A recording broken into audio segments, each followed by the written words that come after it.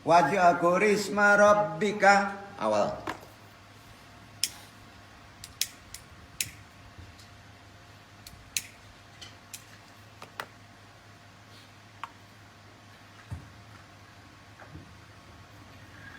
واذكر اسم ربك وتبتل إليه تبتيلا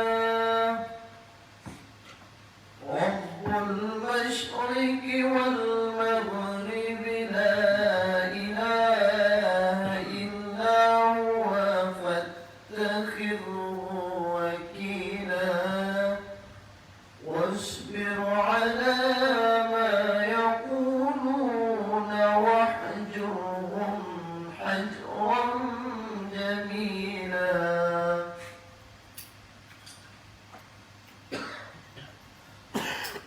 Sebutlah nama Tuhanmu dan beribadahlah kepadanya dengan penuh ketekunan. Dialah Tuhan Masyrik dan Maghrib. Tiada Tuhan yang berhak disembah melainkan Dia. Maka ambillah Dia sebagai pelindung. Dan bersabarlah terhadap apa yang mereka ucapkan, dan jauhilah mereka dengan cara yang baik. Kalau kita mau pakai di asar. Rakaat pertama, rakaat kedua Al-Ikhlas. Biasa Al-Ikhlas di rakaat pertama. Ya, untuk membuka Al-Ikhlas, alam langit, ya, dicandari dengan Quran surat orang yang berselimut. Al-Mujamil kan berselimut kalau nggak salah. Iya kan? Ya. 8, 9, 10 jadikan satu. Oh, ini enggak Anas, Kulhu, Al-Ikhlas, ayat kursi. Nah, jadi itu kasyaf. Pakai di al-asyar. Pakai di asyar. Ya. Jangan dipakai di tahajud ya. Nanti ente nggak mau turun. Tahu nggak mau turun? Jadi sufi cengengesan aja. Karena senang aja semua Pak. Jadi nggak usah dipakai di tahajud karena dimensi waktunya lain. Pakai di asar. Jadi pakai di asar kalau antum ingin mendalami perkara ruhani, ya, perkara metafisis. Yang dibaca apa? Al-Mujamil ayat berapa? Nah, ya, sudah itu landasi dengan Al-Ikhlas insya Allah. Dari mana antum tahu amalan sedetail ini? Saya Abdul Qadir Jailani. Ngamalinnya sering ini Pak. Maka dia jago benar memahami konsep-konsep wilayah ruhani. Jadi pengertian tadi kesimpulannya maksudnya begini. Melepaskan diri dari segala sesuatu, memasrahkan diri secara total kepada Allah. Ya, kemudian meminta kepada Allah hal-hal yang sifatnya goibul goib gitu. Ya. Nah, ada amalan. Coba sekali-kali jangan sibukkan diri kita dengan urusan dunia. Apalagi kondisi zaman sekarang. Karena dia yang akan mengatur urusanmu. Kalau kamu persentasenya terlalu sibuk dengan dunia, maka kamu akan diatur oleh dunia. Sekali-kali. Tuhan Barat dan Tuhan Timur. Tiada Tuhan selain Dia. Maka jadikanlah dia sebagai pelindung. Karenanya ketika antum telah menjadikan dia sebagai pelindung memasuki hadrah wilayahnya, tawakallah. Jadi tawakal itu kita tetap manusia hidup di dunia. Kurangi bergaul dengan manusia. Tenggelam bersama mereka. Kurangi. Sabarlah dengan apa yang mereka katakan. Tinggalkanlah mereka dengan cara yang baik. Ya. Ini konsepnya kalau kita ingin memahami wilayah-wilayah dimensi lain. Ya. Itu Quran. Jadi semua yang kita sampaikan ini berdasarkan firman. Semua ini merupakan pelajaran. Kita coba dengan latihan ruhani yang disebut mujahadah. Itulah jalan kaum sufi. Adalah itu tadi. Jalan kaum sufi. manakiban, zikir jahar, zikir kopi. Ya. Kalau salawatan lain Pak. Salawatan itu orang miskin. Miskin ya. Ngerayu Tuhan melalui wasilahnya. Itu boleh diamalkan. Salawatan harus diamalkan. Kalau antum pelit. Itu pelit. Ya pengen kaya, selawatan banyakin Pak. Gimana nih ngajinya? Ya gitu, kira-kira gitu ya. Ya. Orang Minang jarang selawatan karena kenapa? Karena orang Minang punya prinsip kaya. Iya, betul kan? Ya. Jalan kaum sufi begitu Pak. Manakiban, zikir jahar, kopi. Dan inilah jalan para nabi sebetulnya ya. Sedangkan di sisi lain, memperoleh pengetahuan lewat pengajaran adalah jalan para ulama. Bapak kuliah, ambil S3, ekonomi, kimia, itu jalan para ulama. Sama. Ulama tuh orang yang berilmu. Ya, sama. Dan ini pun adalah suatu yang baik. Namun ia kecil. Sangat kecil. Mau S teler, S10, S7 dibandingkan dengan pengetahuan para nabi dan wali yang datang ke dalam hati dari hadirat ilahi tanpa perantaraan manusia melalui jalan mudahadah. Ya. Jadi kebenaran jalan ini telah dibuktikan oleh banyak orang, baik melalui pengalaman maupun bukti intelektual. Bila engkau tidak dapat membuktikannya melalui pengalaman atau penalaran intelektual yang tadi, setidak-tidaknya taklid dulu, percaya dulu deh. Karena kalau tidak, engkau akan kehilangan 3 martabat. Sampai ke derajat kafir. Ini adalah salah satu di antara sekian keajaiban dalam semesta hati yang melaluinya kemuliaan hati manusia diperlihatkan. Jika di hadapan kita terdapat sebuah ayat Al-Quran, apa yang akan kita perbuat terhadap teks suci tersebut? Apa kemampuan kita terhadap ayat Al-Quran itu? Melalui akal, melalui kecerdasan, melalui intelektual. Paling tidak kita akan membaca, sudah itu mencoba memahami, kemudian mencoba menafsirkan. Setuju? Kan hanya itu tingkatannya. Iya. Bagaimana kita membaca, memahami, menafsirkan Al-Quran? Bagaimana seorang manusia yang lemah dan hina seperti kita dapat memahami makna sebuah ayat yang pada dasarnya merupakan bahasa Allah? Al-Quran adalah kalamullah. 1/1.000.000 sekian itu baru ada di akal pemahamannya.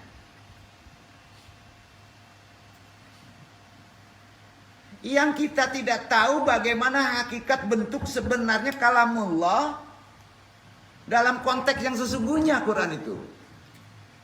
Itulah jalan ruhani memahami dunia-dunia metakosmos yang lebih luas.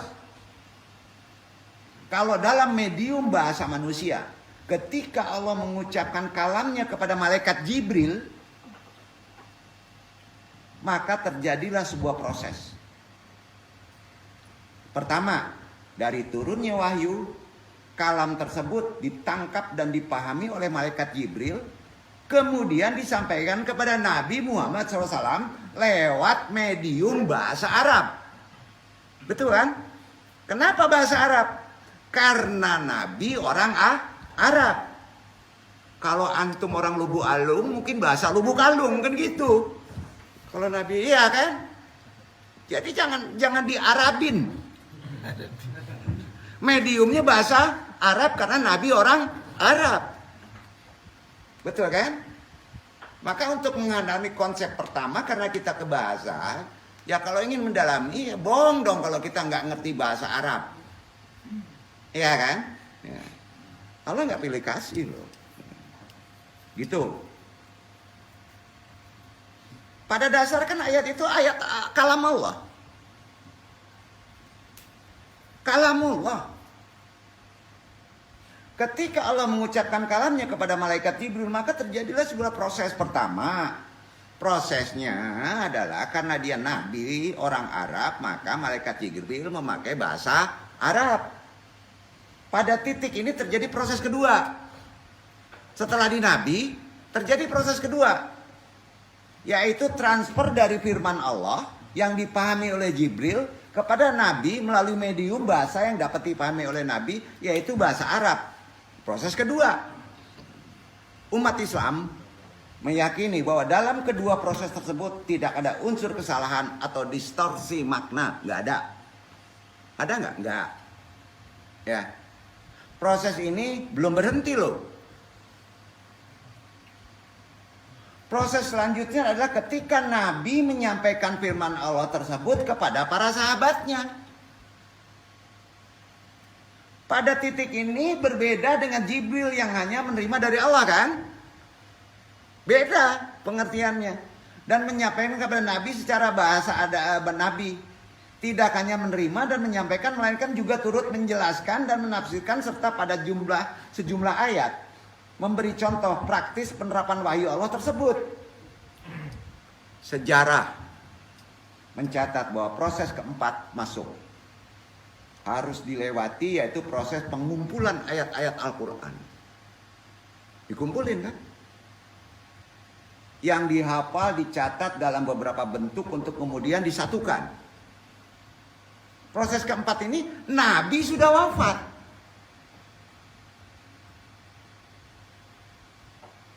Melewati perdebatan sengit di kalangan sahabat, pembentukan panitia, pengumpulan, kemudian proses kesaksiannya penghafal. Udah 4 proses loh. Pertanyaan sekarang, apakah Quran itu murni? Ayo. Betul Allah melindungi sampai kiamat. Tapi tidak murni itu karena faktor intelektual makin lama makin zaman menjadi tidak murni. Pertanyaannya, jangan samakan tafsir Quran itu dengan Quran murni. Setuju? Ada aja tafsir itu banyak. Kan banyak orang tafsir itu disamakan kesuciannya dengan Quran. Quran pertama turun berapa baris. Makanya bapak-bapak kalau misalnya tafsir Quran pakai itu untuk menjadikan ritual bacaan, kurang greget. Tafsir ada kontaminasi pengarang tafsir nggak? Setuju Pak? Jadi kalau antum masih membaca Al-Quran ada tafsirnya, dibuat oleh proses manusia, mempermudah bacaannya dengan huruf, dengan warna, nggak ada kesucian. Setuju? Belajar Quran Pak, semurni-murninya. Pertama turun ada baris, nggak? Bisa bahasa gundul, belajar mandor. Nanti ujungnya apa Pak? Quran ada di kamu. Insya Allah. Insya Allah. Jadi mempercepat proses. Kalau ke antum cari yang mudah. Kalau diri sendiri cari yang sulit. Kalau untuk diri sendiri tanamkan yang susah. Kalau untuk majelis berikan yang mudah. Nabi kayak gitu Pak. Maka nggak enak jadi guru. Jangan mau.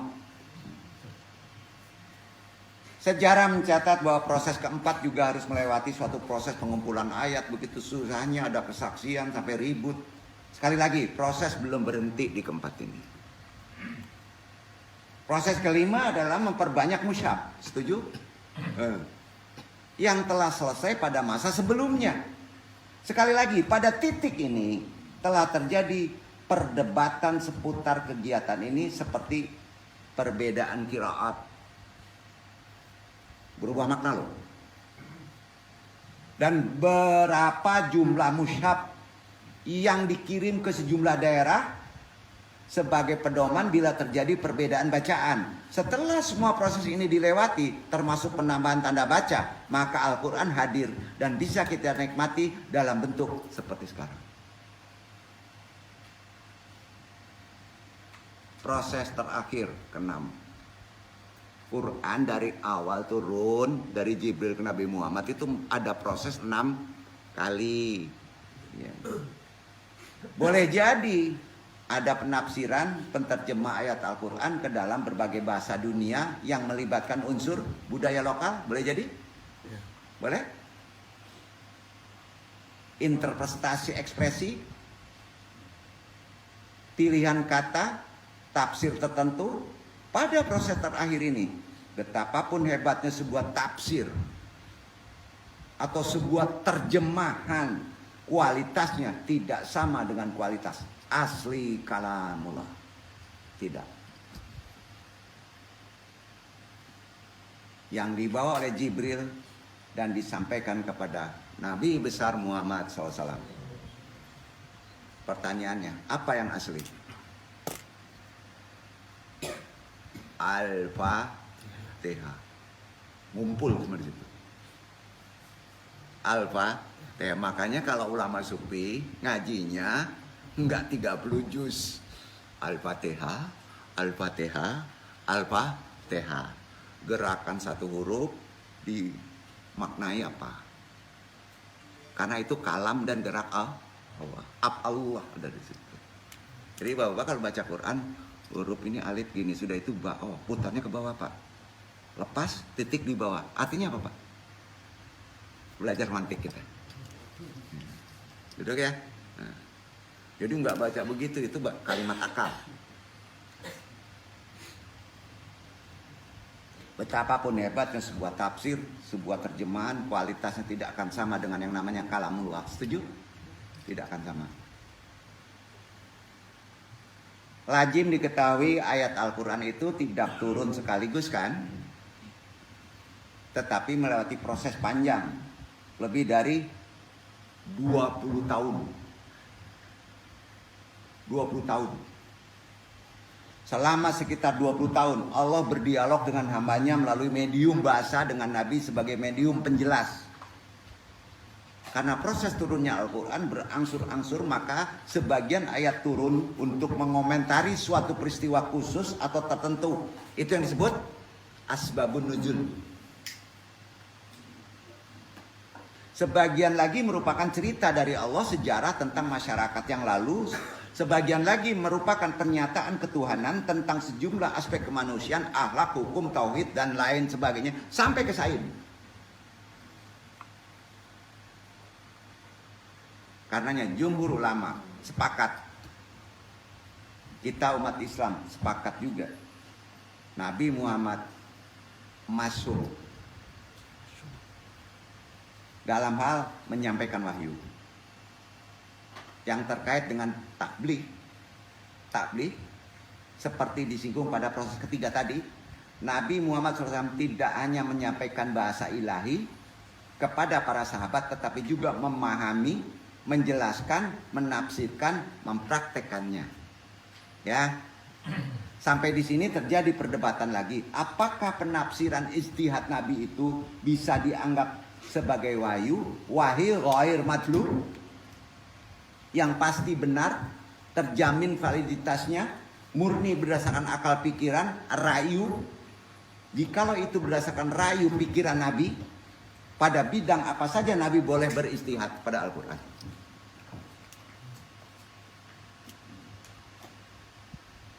Bareng ada kajian dong, enggak ajarin supaya jadi mufasir.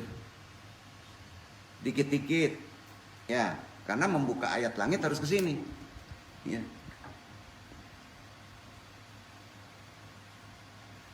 Nabi kan manusia, rayu, ada pikiran.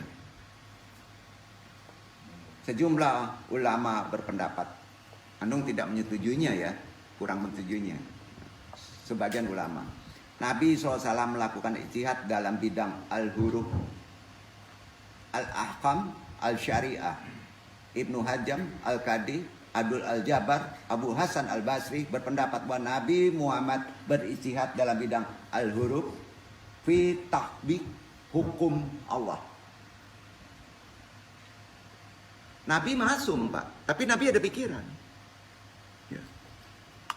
Singkat kata, pada titik ini perdebatan muncul lagi. Kita memasuki wilayah yang paling muskil. pada bagian ini, bagaimana kita membedakan antara ijtihad Nabi dengan hadis Nabi. Merupakan sumber kedua ajaran Islam. Suatu hal yang jelas, Nabi mewariskan kepada kita Al-Quranul Karim. Namun demikian Al-Quran menggunakan sejumlah kata, susunan kalimat, sistematika yang dapat mengundang sejumlah perdebatan.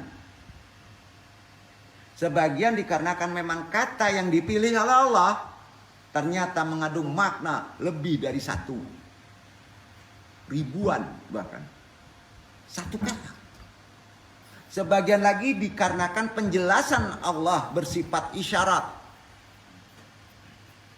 Mengandung kalimat samar, membutuhkan kemampuan tertentu untuk memahaminya. Dan sebagian lagi karena ayat-ayat yang diturunkan mengandung persoalan kompleks. Kemudian dipadatkan dengan struktur bahasa sastra yang mengagumkan. Sehingga tidak bisa dipahami kecuali mereka yang memiliki kemampuan bahasa sastra dan kebeningan hati.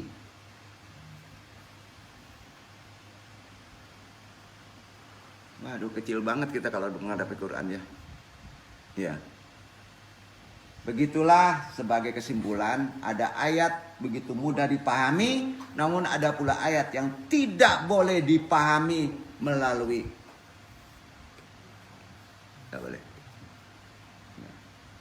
Salah satu yang menarik adalah gaya bahasa yang digunakan Al-Quran ketika menjelaskan tentang zat Tuhan, persoalan gaib, di mana Al-Quran menggunakan ungkapan yang sangat manusiawi, yang terasa akrab dengan keseharian manusia.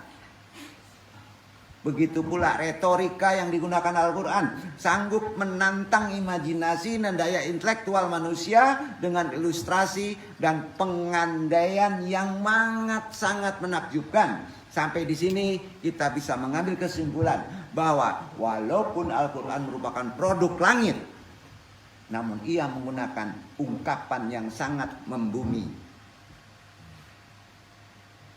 Yang jadi persoalan, dialog dengan Al-Quran terus berlangsung. Para ulama menganggap disiplin ini sebagai ilmu yang telah dewasa, sangat matang, sehingga tidak perlu ada pemikiran baru tentangnya. Setiap upaya untuk memberikan cara pandang baru atau lain terhadap Al-Quran melanggar kesucian Al-Quran. Untuk tasawuf melanggar itu. Karenanya ulama kontemporer yang banyak sekarang ini berargumen, berdebat. Wilayah non suci yaitu ulumul Quran katanya. Bukan. Sayangnya banyak yang menganggap ulumul Quran sama sucinya dengan Al-Quran. Dosa. Lebih celaka lagi, sebagian umat Islam tidak mengenal disiplin ilmu ulumul Quran. Mereka langsung membaca produknya, tafsir Ibnu Katsir, tafsir Fiqih Al-Quran misalnya, Al-Ajar misalnya, dan tidak memahami proses Qawaid Al-Absar sebagaimana dibahas dalam Al-Burhan Il-Ulumil Quran atau Itqan Mabahis Il-Ulumil Quran, untuk sekedar menyebut contoh kitab-kitab tentang ulumul Quran. Udah nggak usah disebut kan, susah nih. Pokoknya baca nggak bisa sembarangan lah ya gitu ya. Nah, kita melalui proses yang cepat. Udah gini aja, kalau ingin baca Quran nggak bisa Pak, la ilaha illallah Pak, jangan gunain pikiran. Baca Quran jangan gunain pikiran, bisa. Bisa. Gimana cara dong sabinye? Sabinye wali, karena ketika muncul produk tafsir yang berbeda akibat proses kaidah yang berbeda, mereka menjadi bingung. Memahami sebuah teks sebenarnya melibatkan 3 unsur ya. Betul kan? Libatannya 3 unsur, yaitu pengarang teks, sudah itu pembaca. Iya kan? Sebenarnya membaca tidak sekedar membaca, bro. Tetapi melibatkan proses panjang seperti digambarkan tadi antara pengarang teks dan pembaca. Seorang pengarang yang luar biasa cerdas akan melahirkan teks yang juga luar biasa cerdas. Namun kecerdasan pengarang dan teks tidak akan berarti apa-apa bila teks tersebut dibaca oleh pembaca yang tidak cerdas. Setuju nggak? Nah. Semakin cerdas kita membaca atau berdialog dengan teks Quran, maka semakin cerdas pula teks itu memberikan jawaban. Kecerdasan yang diutamakan oleh Allah adalah hati. Bersih hati. Akhlak tidak rusak, maka akan cerdas membaca Al-Quran. Itu. Jadi masalahnya, bagaimana membaca bisa mengetahui dengan baik apa maksud pengarang terhadap teks tersebut. Lazim diketahui bahwa tidak ada satupun yang mengetahui maksud suatu teks 100% selain pengarang teks itu sendiri. Betul kan? Nah, dalam bahasa Islam hanya Allah Subhanahu wa taala yang tahu. Yang tahu makna paling hakiki dari Al-Qur'an. Kemudian timbul pertanyaan lanjutannya, bagaimana teks yang ditulis ribuan tahun yang lalu melalui proses ketiga, keempat, sampai kelima, sampai jadi keenam, dengan menggunakan bahasa, ungkapan, ilustrasi, serta retorika yang akrab dikenal pada saat kitab suci tersebut diturunkan, ditulis atau ditafsirkan, dapat juga dipahami oleh pembaca masa kini. Tidakkah terjadi pergeseran pemahaman akibat teks itu dibaca, didialogkan oleh pembaca yang berbeda-beda pada masa yang berbeda-beda? Pasti ada perbedaan. Pertanyaan lebih jauh, pemahaman atau penafsiran siapakah yang paling benar? Paling mendekati kebenaran sebagaimana yang dimaksud oleh yang menciptakan? Siapakah yang berhak mengklaim penafsiran kelompoknya benar, penafsiran selain kelompoknya salah? Sejarah mencatat betapa darah amat mudah menetes hanya karena sebuah tafsir. Banyak orang membunuh kelompok lain atas nama ayat suci. Perang salib itu karena atas nama perang suci. Tafsir Pak. Injil benar, Quran benar, betul kan? Hanya itu. Sebenarnya mereka bertindak demikian bukan atas nama kitab suci. Bukan. Melainkan atas nama penafsiran yang mereka anggap suci. Barnabas suci. Quran sekarang suci. Belum tentu, bro.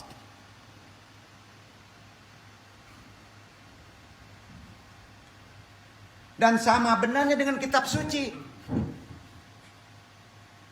Nama Tuhan diagungkan, diteriakan sambil membunuh. Menghancurkan ciptaan Tuhan yang paling baik dan sempurna. Apakah badan antum itu bukan Quran? Apakah kita berpihak pada tafsir yang memonopoli kebenaran atau tafsir yang mengakui bahwa tafsir kita terhadap ayat suci hanyalah setetes kebenaran dari samudra khazanah ilahi yang sangat luar biasa luasnya. Setetes, Pak. Hargai Quran, Pak. Terbentang gak tertepi ayat itu. Disinilah pentingnya ilmu langit. Atributnya hanya ada di manusia. Yaitu qalbu, hati. Atributnya itu, membacanya harus dengan ini. Al-Quran menyebutnya ilmu itu kasyaf atau mukasyafah. Secara gampang bisa diartikan dengan tersingkapnya tabir. Bahasa yang paling sulit Quran akan terpahami hanya oleh hati. Tabir yang menutupi hal-hal gaib pada seseorang karena tingginya derajat spiritualitasnya, bersihnya beningnya hati seseorang bisa melihat hal-hal gaib dari Quran tadi yang bagi orang pada umumnya tidak tampak akan tertutupi. Tiba-tiba ulama kasyaf itu berbisik begini. Cerita dulu ya, biar gampang. Kepada Haji Mardut. Contoh. Ji, lihat langit ya. Kalau langitnya terbelah, segera beritahu saya. Dan kita langsung berdoa. Yang Haji Mardut ini enggak ulama kasyaf. Biasa aja. antum Ji baca doa sapu jagat aja. Sampai langit itu menutup kembali. Apapun doa, kalau langit terbuka, makbul. Ya. Setelah beberapa saat menunggu, tiba-tiba Haji Mardut tadi tergopo-gopo, terkejut, bilang kepada ulama kasyaf tadi, udah kas, gitu dia, udah kas gitu ya, ulama kasyaf itu ya. Langitnya benar terbelah. Disapu langsung kelihatan siapa, Pak. Benar itu kasyaf itu. Bisa ditutup lagi, nggak percaya. Ini benar nih. Ya, kelihatan terbelah. Haji Mardut ini dan sang ulama kasyaf segera merapal doa. Kamu udah 1000 dinar aja kau baca, mumpung terbuka langit. Yeah. Begitu juga Haji Mardut membaca doa yang diperintahkan ulama kasyaf tadi. Udah, langit udah tutup, jangan terusin, mubazir. Oh iya, udah tutup, langit udah tutup. Setelah langit menutup kembali, ulama tersebut segera mengajak Haji Mardut untuk kembali masuk tenda. Ini di Mekah, Pak. Sang ulama bilang, Ji, ayo kemudian kembali kita tidur kita dalam tenda. Kemudian Haji Mardut jawab, lah ini waktu wukuf masih lama, kenapa kau tidur? Nggak apa-apa, biarkan mereka terus zikir, berdoa. Kalau ketutup langit mana disampai itu doanya, katanya. Itu yang enggak. Selama ini kita memohon langit masih tertutup. Dengan ilmu hati, buka dulu. Harus kelihatan dengan mata. Kalau langit terbuka baru doa. Gitu cara minta, bro. Sekarang gimana supaya kita doa kita makbul? Bonceng. Syekh Abdul Qadir Jilani. Pakai aja itu. Karena dia yang punya kunci. Wali kutub membuka pintu langit. Gitu. Bukan dia Tuhan. Dia yang ditakdirkan membuka kunci langit. Duduk gak tuh? Ya udah pakai. Ya pakai wasilah. Langkah satu. Pakai wasilah Syekh Abdul Qadir Jilani. Jangan pakai wasilah Rasulullah. Berat banget, bro. Berat banget lah. Paham maksud Anda? Ya kalau nggak mau dibaca yang tadi, nggak diamalin yang tadi, ongrai. Buktiin aja sendiri. Anehnya wasilah Syekh Abdul Qadir sedegil orang, semurtad orang makbul loh. Jadi nggak memerlukan orang baik, enggak. Itu susahnya. Makanya ngeri-ngeri sedap ngaji ini. Ditangkap sama orang kafir doa gini makbul dia. Ya nggak percaya. Anda nggak menganggap antum semua kafir, enggak. Jelek, enggak. Antum semua baik banget gitu. Karenanya nggak mau doa ini kan. Besok nggak dia ngamalin, Pak. Karena antum udah suci gitu. Wasilahnya langsung kepada Nabi. Ya gitu. Maaf ya. Udah gitu deh. Ya, makomat derajat itu penting kita pahami konteksnya ya. Itu sebabnya hal ini alhamdulillah yang andung inginkan yang hadir mereka mudah-mudahan dapat berkah. Sampai wasyukurillah. Ya. Setelah langit menutup kembali, ulama tersebut segera mengajak Haji Mardut untuk kembali masuk tenda. Sang ulama bilang, Ji, ayo kita tidur lagi. Ngapain capek-capek? Allah nggak nerima kok gitu. Udah ketutup. Kemudian Haji Mardut jawab, jangan, ini kan ada ritual. Katanya, iya putar-putar aja lah. Ritual nggak akan sampai-sampai. Saya mau tidur aja lah karena langit sudah ketutup. Kata ulama kasyaf tadi sambil cengingisan, itu yang disebut wali maju. Wali maju. Itulah tanda kasyaf seseorang. Dan ini benar. Terjadi. Jadi antum pun kalau bertemu ulama kasyaf, ikuti dulu. Tapi sebabnya mesti tahu. Kalau disuruh misalnya gini, Iwan umpama ya, lihat langit ke atas. Pas kalau terbuka, Iwan langsung minta Halimatus Sadiah, gitu. Tapi pas tertutup, jangan minta lagi, nggak sampai, gitu ya. Duduk. Jadi pembuka kuncinya tadi 11 lah langkah, duduk nggak? Karena itu Isra, bukan ke atas. Kalau ke atas habisnya dulu. Karena kalau ke atas kan mintanya surga. Betul kan? Jadi kalau antum minta ke atas itu ke Rasulullah, ke Allah langsung, ke wasilah Nabi, itu yang terbaik adalah minta surga, tidak mau masuk neraka. Kalau minta begini, ya kesel aja karena dia manusia. Paham nggak? Salah ngonek bro gitu, salah ngontak, salah ngontak. Nah itu nggak diajarin secara umum. Masa kita ini selawat kalau Nabi minta ampun sampai begini-begini, Innova yang nggak turun Innova lurus. Innova dealer bro, gitu kan? Dealer, gitulah, kaku banget sih, gitu. Jadi jangan begini, tapi makanya ada Isra wal Mi'raj, ya, betul kan? Alhamdulillah.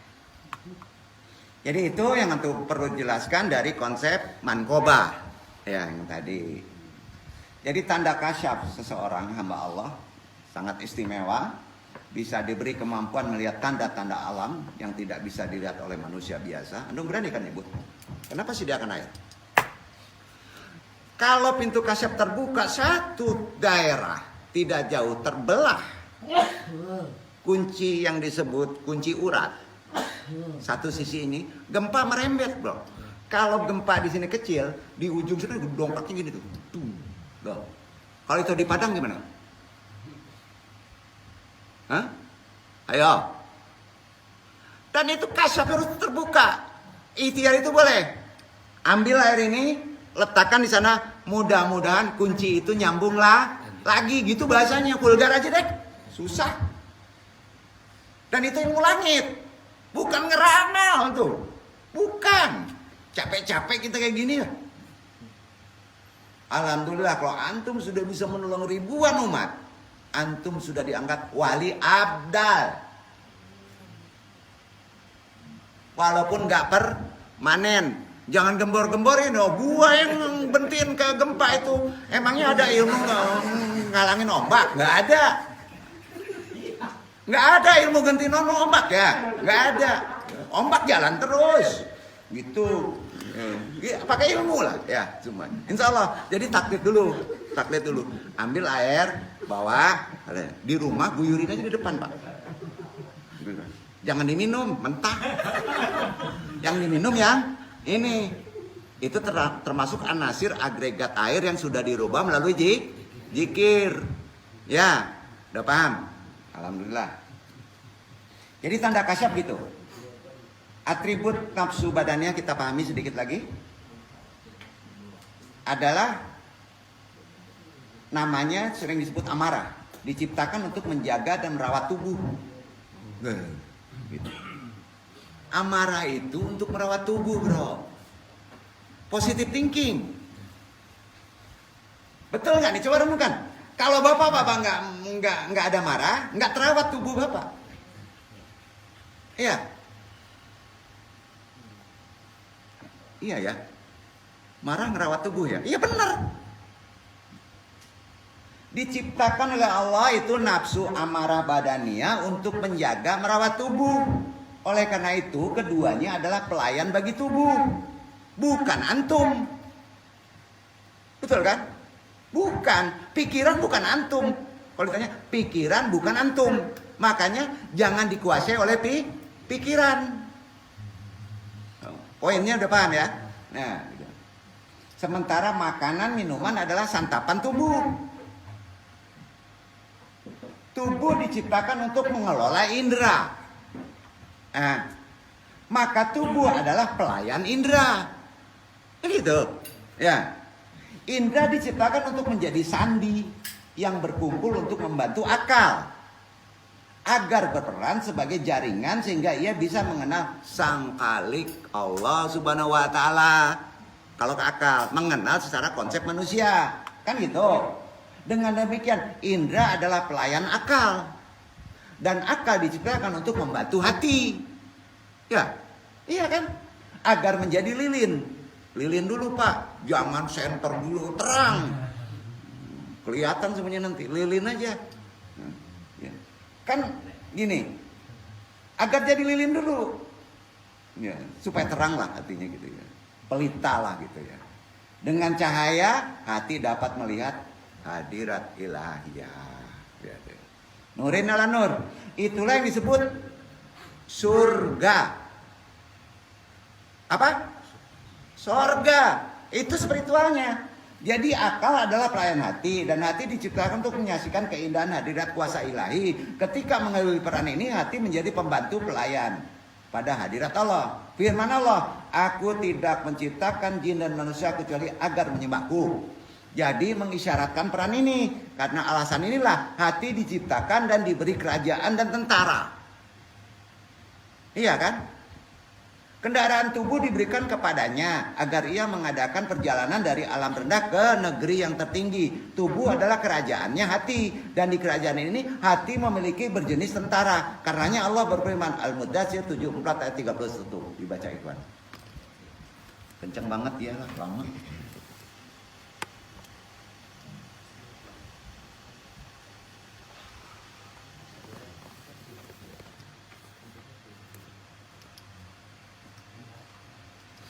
Silakan, boleh diminum. Al-Mudaththir tuh. Ya. Al-Mudaththir ayat. Ayatnya gimana? Ayatnya. Ayat yang dibaca. Bentar. Al-Mudaththir surat 74 ayat 31.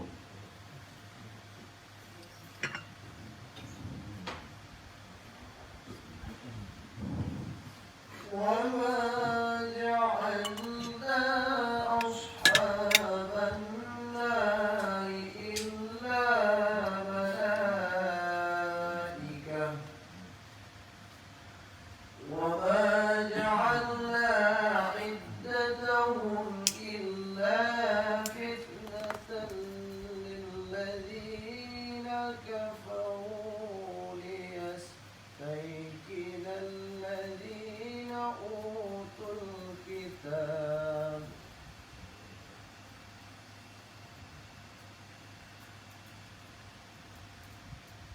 الذين أوتوا الكتاب ويزداد الذين آمنوا إيمانا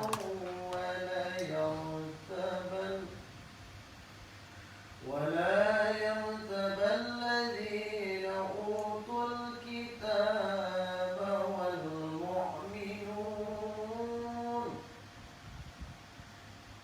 والمؤمنون وليقول الذين في قلوبهم مرض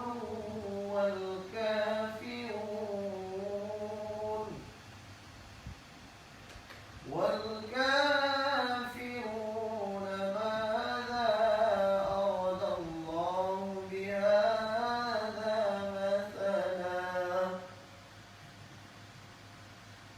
كذلك يضل الله من يشاء ويهدي من يشاء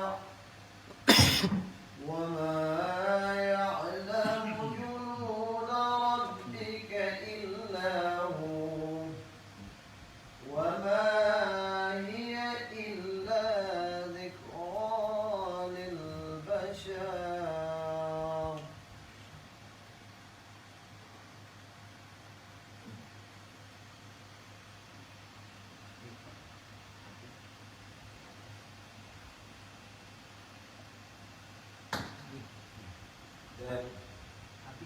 dan tiada kami jadikan penjaga neraka itu melainkan dari malaikat, dan tidaklah kami menjadikan bilangan mereka itu melainkan untuk jadi cobaan bagi orang-orang kafir, supaya orang-orang yang diberi Alkitab menjadi yakin, dan supaya orang yang beriman bertambah imannya, dan supaya orang-orang yang diberi Alkitab dan orang-orang mukmin itu tidak ragu-ragu, dan supaya orang-orang yang di dalam hatinya ada penyakit dan orang-orang kafir mengatakan, apakah yang dikehendaki Allah dengan bilangan ini sebagai suatu perumpamaan? Demikianlah Allah menyesatkan orang-orang yang dikehendakinya dan memberi petunjuk kepada siapa yang dikehendakinya. Dan tidak ada yang mengetahui tentara Tuhanmu melainkan Dia sendiri. Dan sakar itu tiada lain hanyalah peringatan bagi manusia.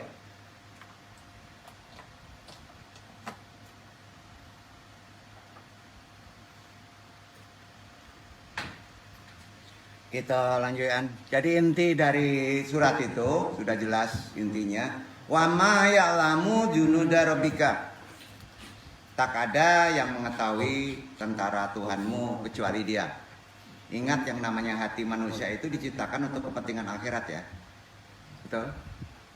Jadi hati itu diciptakan untuk kepentingan akhirat. Jangan sekali-kali kita kalau berhati-hati main di hati itu kepentingan dunia. Duduk gak? Jangan. Kita udah beda Pak. Kurangi. Karena makom kita kalamul doa. Kalamul doa itu sumber dari hati. Pas mengucap makbul. Ya. Itu berkah manakib. Berkah yang disebut talqin dan tahkim. Ya. Walaupun antum hanya 2 kali ditalqin ditahkim. Karena antum sudah memasuki wilayah yang betul-betul ada yang disebut garis tra. Ya, legal. Kita legal. Ya. Kalau kita nggak legal, kita sudah digoyang orang Pak. Kita udah berapa tahun bermajelis? Bukan setahun 2 tahun. Insya Allah. Jadi antum sangat merugi kalau sebulan sekali tidak memasuki bermain-main di wilayah langit. Biasanya gitu aja. Ya. Memang kesulitan karena menganggap sepele suatu hati, suatu ruhani, ya, maka kita sendiri sering keteter dalam kehidupan bumi. Padahal kita harus sekali-kali wisata lah ya, ke langit ya. Gitu. Jangan wisatanya ke Batu Sangkar Pak, gitu. Beda gitu. Ya. Gak ada yang mengetahui tentara Tuhannya di Batu Sangkar, gak ada. Jadi ingat yang namanya hati itu diciptakan untuk kepentingan akhirat. Jadi muliakan hati itu. Kemuliaan manusia kan ada dalam 2 tingkatan. Pertama dari pengetahuan dan kedua dari kebeningan hati. Silakan pilih. Dua-duanya dong, serakah banget antum. Ya, satu dulu. Gitu. Prioritas. Ya. Jadi yang terakhir ini lebih langka ya. Pertama bisa dipahami oleh kebanyakan orang, yang kedua tidak begitu kelihatan dan diketahui oleh setiap orang. Yang terakhir itu lebih langka Pak. Adapun yang kelihatan yaitu bahwa hati memiliki kemampuan untuk bisa mempelajari semua disiplin ilmu, baik dunia maupun ilmu-ilmu roh. Syaratnya tadi, pandai kita menjaga niat kita. Kan itu ya, luruskan. Udah banyak kita bahas soal perkara hati ini. Dan hati sulit sekali di manajemen. Ya, sulit. Tapi yang lebih ajaib daripada semua ini adalah bahwa ada jendela dalam hati yang terbuka ke kerajaan langit, seperti halnya terdapat 5 gerbang di luar hati yang terbuka ke alam fenomenal, yang terkenal dengan alam fisik, seperti halnya alam langit disebut dengan alam spiritual. Jadi kebanyakan yang mengenal alam fisik dan indrawi ini adalah ranah yang terbatas, ya. Itu sebenarnya ranah rendah, ya. Mempelajari melalui panca indera mereka dan pengetahuan ini terbatas sifatnya. Dan akan dikatakan kepadanya, telah kami singkap tabir dari dirimu, hari ini penglihatanmu tajam. Ia akan menjawab, Rabbku, kami telah melihat dan mendengar, kembalikan kami akan berbuat kebaikan. Ya, kembalikan ke normal supaya kita bisa berbuat kebaikan. Kebanyakan ulama kontemporer menganggapnya itu kehidupan setelah mati, bukan. Ya. Dibaca Quran surat 32 ayat 12. Ya. Kemudian disambung Kaf 50 ayat 22 sebagai penutup kaji. Ya.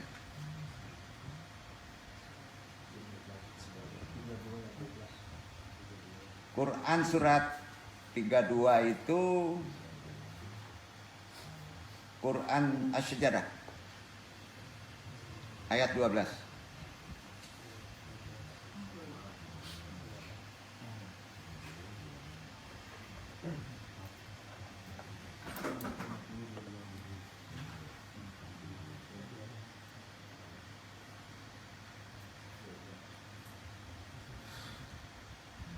ولو ترى إذ المجرمون ناكصوا رؤوسهم عند ربهم ربنا أبصرنا وسمعنا فارجعنا نعمل صالحا إنا موقنون.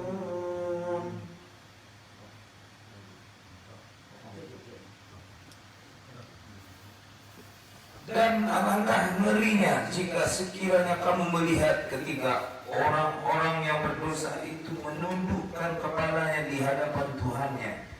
Mereka berkata, "Ya Tuhan kami telah melihat dan mendengar, maka kembalikanlah kami ke dunia. Kami akan mengerjakan amal saleh. Sesungguhnya kami adalah orang-orang yang yakin." Kaf surat 50 ayat 22.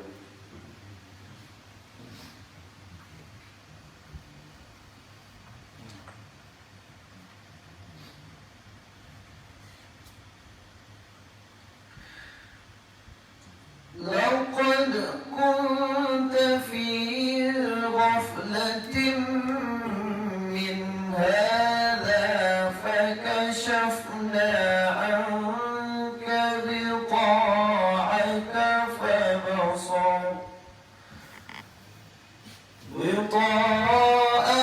فبصرك اليوم حديد. Sesungguhnya kamu berada dalam keadaan lalai dari hal ini, maka kami singkapkan daripadamu tutup yang menutupi matamu, maka penglihatanmu pada hari itu amat tajam. Dari firman ini kita sudah bisa mengambil kesimpulan, tidak semua pengetahuan berasal dari indera. Dan ia mengerti bahwa hati tidak berasal dari alam ini, namun dari alam atas. Kadangkala panca indera diciptakan untuk salah satu alam, pasti menjadi tabir antara seorang dengan alam atas. Sudah jelas, jadi keilmuan yang tertinggi adalah ada di hati.